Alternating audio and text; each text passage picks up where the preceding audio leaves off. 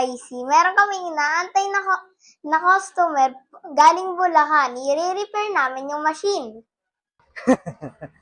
Dito na lang po, kahit reverse nyo na lang.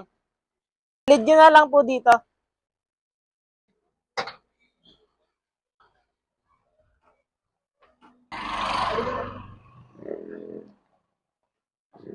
Bali, ito po ba yung no power?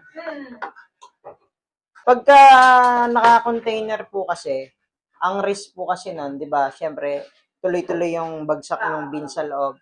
So, pagka nag-grind po kayo, may possibility na umipit yung beans.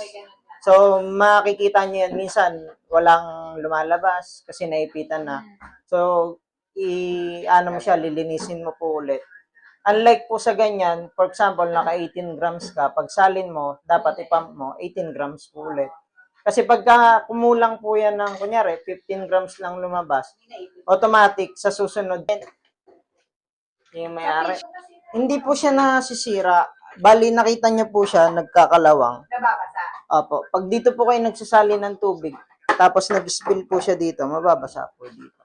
So, pag sinaksak nyo,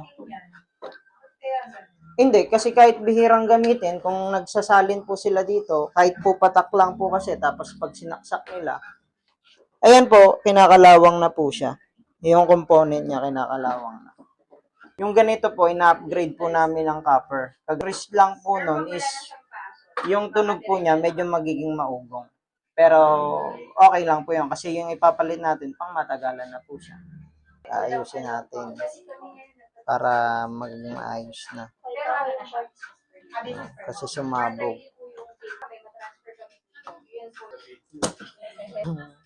Yung parts.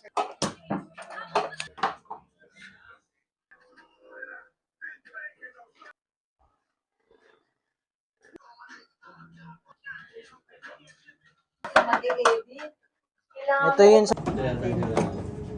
Feeling ko yung container yung may sira eh. Ano naman yan? Everyday po yan dati natin. Food.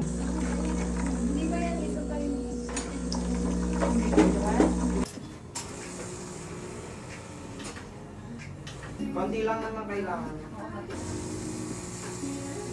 Pagkatapos nyo gamitin ng machine, close nyo lang yung yung power, tapos close nyo yung switch, tanggal sa saksak, tapos tanggalin nyo yung switch, tapos lang ito.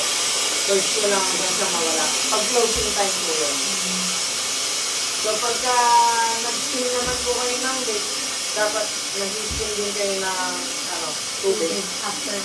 Every spin lang yun? Kahit hindi naman after, kahit kung kailan lang kayo libre sa within. Hindi naman kailangan yung every spin tubig.